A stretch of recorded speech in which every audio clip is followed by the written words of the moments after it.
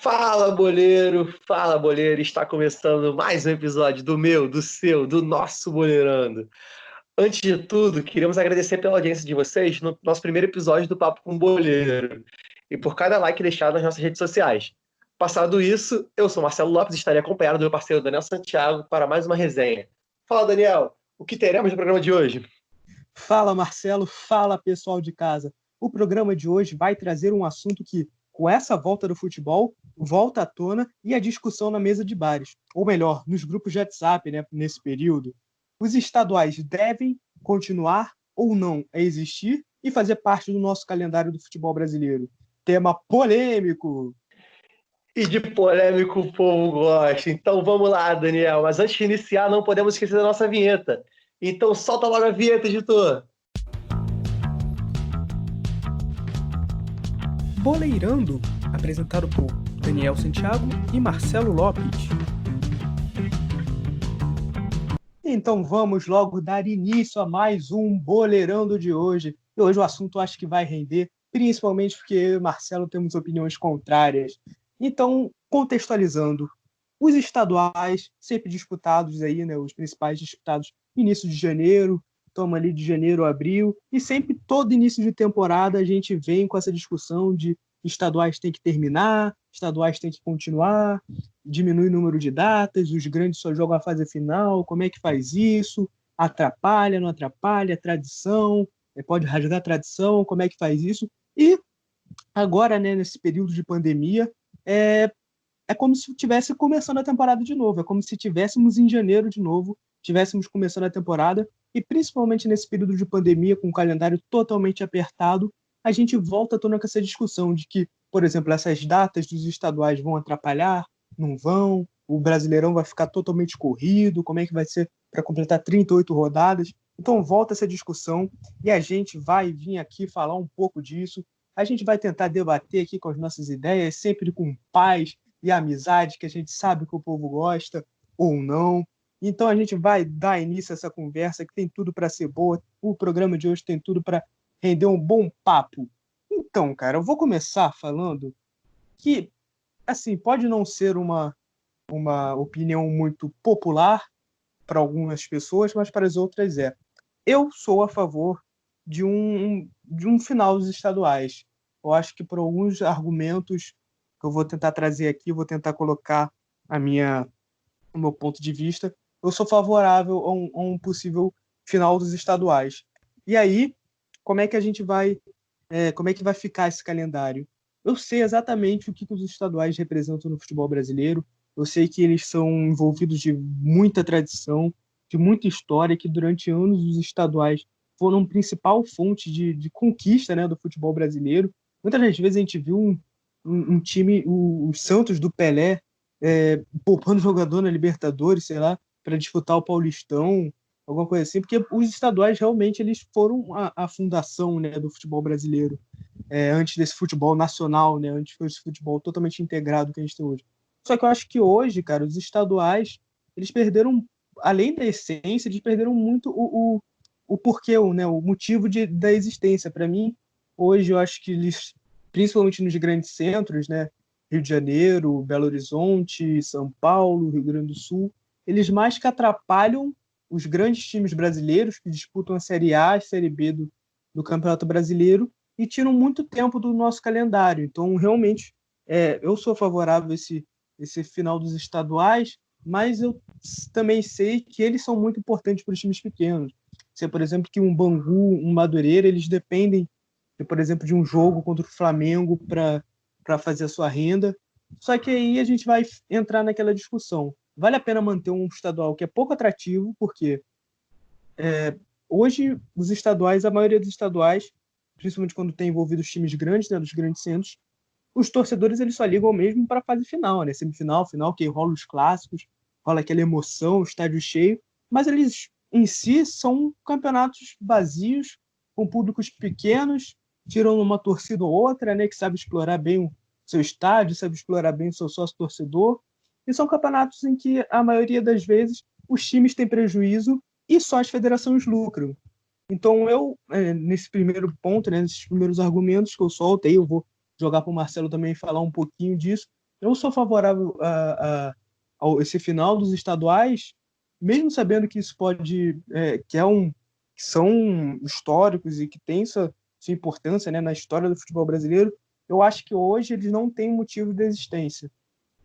Então, Daniel, agora em contraponto a você, suas opiniões, eu gostaria de dizer que eu sou a favor de manter os estaduais, até pelas questões positivas que você mesmo alegou. Tem toda uma história envolvida, todo um contexto, toda a questão econômica para os times pequenos, especialmente. E o estadual me enche muitos olhos. Falando agora com um pensamento bem saudosista, porque eu sou uma pessoa que gosta muito de olhar o futebol por uma perspectiva geral, então eu considero muito a história e acho que, dando um exemplo muito claro agora para as pessoas que estão assistindo, que em geral torcem para times cariocas, os times cariocas, os quatro grandes do Rio, têm excelentes histórias nos estaduais, excelentes campanhas.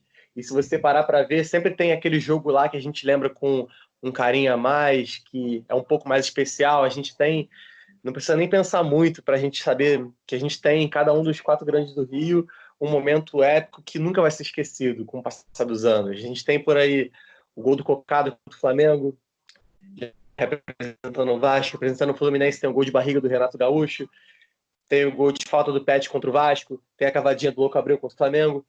E agora, excluindo esse lado emocional, falando da parte econômica, a gente também precisa observar o estadual como uma grande vitrine. Uma vitrine para quem? Para os times pequenos conseguirem lucrar com cotas de TV, com patrocinadores, com uma visibilidade maior de expandir a sua marca também perante a equipes maiores, onde a audiência vai ser bem maçante, porque a gente sabe que um jogo entre o Flamengo e Madureira, Fluminense, Bangu, Vasco, Macaé, Botafogo e Nova Iguaçu vai dar uma audiência muito maior do que eles recebem nas divisões inferiores do futebol brasileiro. Isso é muito claro. Eu não preciso nem trazer dados aqui, porque a gente sabe isso só de observar mesmo. E a gente sabe que a TV Globo, que é detentora dos direitos, né, do Campeonato Carioca, e dos outros estaduais do Brasil, paga muito bem para esse tipo de competição, que já é algo tradicional e que está no orçamento dos clubes. Os clubes já começam o ano contando com esses meses. O que para os clubes grandes é insignificante, para os pequenos é a oportunidade da vida deles, de poder vender um jogador a um valor muito alto a um clube grande, por essa questão da vitrine, a poder conseguir um patrocínio, a até conseguir uma boa colocação no determinado estadual, porque cada estado tem o seu regulamento, e conseguir ir para uma Copa do Brasil, ter uma visibilidade maior. Eu acho que vai muito além de só pensar no próprio nariz, sabe? Como torcedor de time grande. Porque a gente sabe que times assim, como Bangu, Madureira, Nova Iguaçu, Macaé, eles têm torcida, eles têm o público deles. E para eles, esses primeiros meses do ano, que para nós, torcedores de times maiores, não são tão significantes, é algo muito grande. São os meses que fazem o ano deles. Porque depois dali você não escuta muito falar desses times. Só se você acompanhar mesmo fervorosamente nos jogos, e ir atrás, até em rede social é difícil, porque eles não têm todo aquele social media, né, que os times grandes têm. Então acho que o estadual é um parâmetro gigantesco para você observar os times pequenos numa perspectiva em que eles não estão o ano inteiro. Eles estão naquele período, de janeiro a maio. Então, eu acho que o estadual ele deveria ser olhado e preservado com um olhar mais cirúrgico, um olhar de entretenimento maior por parte de todos os envolvidos. Então, não me considero a favor, por exemplo, de como a Federação do Rio de Janeiro está gerindo o futebol do estado. Deixo aqui meu elogio para a Federação Paulista. As outras eu confesso que não fui muito a fundo para poder ter uma opinião formada, só nessas duas mesmo, mas já acaba entrando num outro tópico, né, de discussão, porque eu sou a favor de manter os estaduais, mas não sou a favor do formato atual dos estaduais, que é um formato que todo ano muda, é um formato que é muito deschavado, é difícil, é muito difícil a gente ter um formato fixo, sabe? Por isso que eu deixo elogio para a Federação de São Paulo, que é um formato muito bom, tem times sempre competitivos, os times pequenos lá têm estádio para jogar, é algo que eu acho sensacional, assim, parando para assistir num contexto geral, eu gosto de assistir o Campeonato Paulista. Eu vejo jogos do Campeonato Paulista que são entre dois times que são considerados pequenos, e vejo também de times cariocas, e parece que o carioca é amador perto do Paulista nesse quesito. Eles estão anos-luz na nossa frente. E acho que isso é muito da questão administrativa da Federação do Rio de Janeiro. E queria muito saber também a sua opinião sobre isso, Daniel. Fala comigo.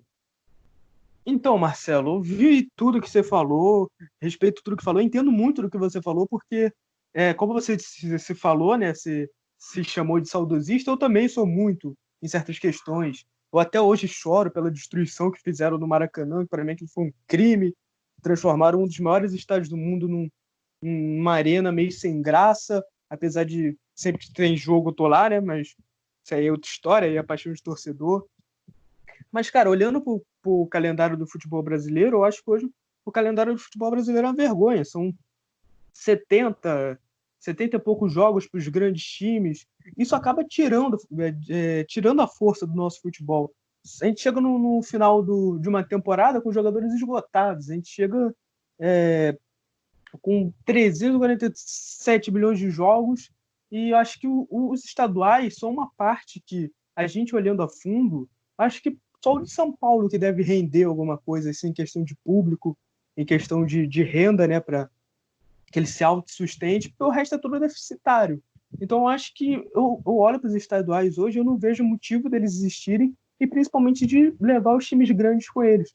Eu acho que são 4 meses de futebol perdido hoje para os times grandes, em que eles poderiam, nesse tempo, dar um tempo a mais de pré-temporada, né, para os clubes se prepararem melhor. Esse ano, por exemplo, cara, que eu lembro, eu vou lembrar aqui do exemplo mais fácil, que é do meu time, que é do Fluminense. Eu lembro que o Fluminense, se eu não me engano, voltou dia 8 de dezembro a treinar, e dia 19 já tinha jogo pelo Campeonato Carioca. Ele teve 11 dias de preparação física, depois de um mês de férias parado.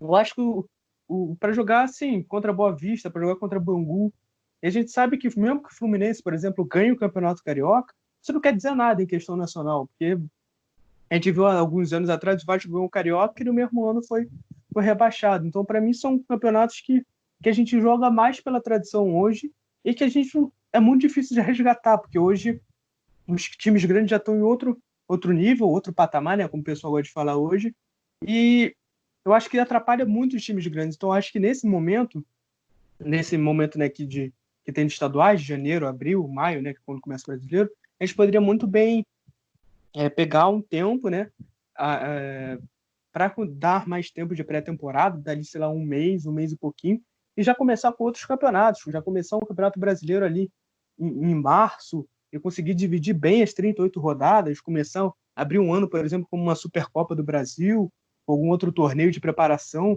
que hoje, por exemplo, os times vão disputar a Florida Cup lá, só que é uma roubada, né, porque a gente tem 15 dias de preparação, você passa 2 dias viajando, tem que se adaptar e tal. Então, acho que você alongar esse tempo de preparação, poder fazer amistosos fora, excursões, sei lá, poder preparar melhor fisicamente o time, para que o nível do time brasileiro aumente também, porque eu acho que, principalmente em Série A e Série B, que são a elite do futebol brasileiro, que eu acho que mais desenvolve o futebol brasileiro para competições tanto nacionais como internacionais, como Libertadores, o Mundial, eu acho que pode ser uma vitrine muito maior a gente ter esse calendário com menos jogos, né, mais um pouquinho mais enxuto, porém, acredito que com isso, com esse mais tempo de preparação, por exemplo, sem precisar um brasileiro ter jogo quarto domingo, sem ter que ter jogo durante data FIFA, eu acho que pode aumentar o nível do futebol brasileiro, pode fazer com que o campeonato fique mais, como posso dizer, ele tem as datas um pouquinho mais, não tão grudadas uma na outra, né? Como falei, de ter jogo toda hora, quarto domingo, os times estarem melhor fisicamente, chegarem em competições internacionais melhores fisicamente, né? Do que às vezes você está enfrentando um jogo de quarto domingo, de repente numa dessas quartas Libertadores, seu time chega a ter que poupar num estadual, num jogo que você pensa assim, poxa, por que eu estou jogando? Estou jogando hoje contra o Mogi Mirim, quarta-feira eu vou jogar contra o Boca Juniors na Bombonera. Então eu acho que tem muito disso. Eu acho que essa mudança dos estaduais, elas poderiam render um melhor nível do futebol brasileiro, porque eu acho que os grandes times do Brasil, contando Série A e Série B, porque a gente sabe que tem times que há pouco tempo estavam na Série B, como por exemplo o Bahia, e que hoje já estão se fortificando, já estão se fortalecendo para jogar competições internacionais, como Sul-Americana, chegando perto de Libertadores. E eu acredito que o que poderia acontecer com os estaduais? Aí eu vou tentar desmembrar um outro argumento aqui. Eu acredito que esses estaduais, né, para que os times pequenos não fiquem sem calendário, por mais que hoje já seja uma realidade que eles não têm calendário, eles têm calendário só durante o estadual. A maioria dos times pequenos, eles só têm calendário durante o estadual, então eles têm 4 meses. Então eu acredito que a CBF, né, e aí com a expertise que eles têm lá, né, em formulação de calendário e tal, eles podem ver o que fica melhor, mas a minha ideia seria regionalizar essas ligas. Então você pegar, por exemplo, uma Copa do Nordeste, que hoje é tão bem disputada, tão atrativa, muito mais atrativa que os estaduais, você poder fazer uma Copa no Sudeste, no Sul, contra os times do Sul, e que dure o ano inteiro, e aí possa levar a vagas na Série D, criar novas séries, série E, Série F, que seja. Porque, cara, a CBF, ela tem dinheiro. Saiu há pouco tempo as receitas da CBF, a CBF teve receitas de quase 1 bilhão. A CBF tem dinheiro, ela pode ir atrás de patrocinadores. Eu acho que você fazer um calendário que dure o ano inteiro para esses times pequenos, eu acho que é muito mais importante do que eles jogarem 4 meses e dependerem de 3 jogos contra Flamengo, contra Vasco, contra Grêmio, contra Fluminense, contra Santos. Eu acho que isso, você realmente criar um calendário o ano inteiro para esses times pequenos e conseguir modelar o calendário brasileiro num nível que eu acho que o futebol possa melhorar, que tenha menos jogos, tenha menos desgaste, tenha mais foco no técnico, mais foco na preparação física, eu acho que o nível do futebol brasileiro pode aumentar. Então, Daniel, você tocou num ponto muito importante. Primeiramente, eu concordo com tudo que você disse nesse aspecto, porque aí a gente já não está mais no campo de acabar com os estaduais, e sim modelar a ponto de que eles fiquem da forma ideal para que não haja um desgaste, né, nos jogadores, um desgaste na comissão técnica, porque todo mundo fica desgastado com esse ritmo de viagem, é jogo quarto, jogo domingo. E agora falando do meu campo de atuação, né, como um graduando em educação física, falando sobre a questão da preparação física, é algo que é uma coisa surreal. Você vê jogadores como o Seedorf, que jogaram muitos anos na Europa, vem para o Brasil para jogar no fim de carreira e percebem o quão nítido é isso. E deixam claro em entrevista.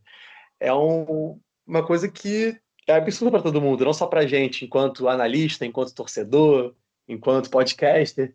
É algo que todo mundo consegue observar, até o mais leigo, que está só ali no estádio para assistir o jogo, está tá na mesa de bar, tá no sofá de casa, ele sabe que é desgastante, porque quando você para pensar, você chega a essa conclusão. E digo mais, um outro argumento que eu queria dizer e fortalecer sobre os estaduais é que é um bom período de maturação de jovens, porque é muito difícil você lançar um jovem numa Libertadores, no Campeonato Brasileiro, colocar ele na fogueira muitas vezes, porque nem todo time tem a condição de estar vivendo a sua melhor fase para lançar um jovem e ele pode entrar pressionado, a torcida já tem um histórico de não ser muito paciente com jovem promessa, com treinador, então é muito difícil você colocar eles nessa fogueira, nessa sinuca de bico. Então, acho que os estaduais eles têm um parâmetro muito bom, eles têm um nível ideal para você colocar um jovem para ele ir se maturando ao longo do tempo, para ele ir conquistando o espaço dele e desenvolvendo melhor a questão da transição do futebol de base para o futebol profissional.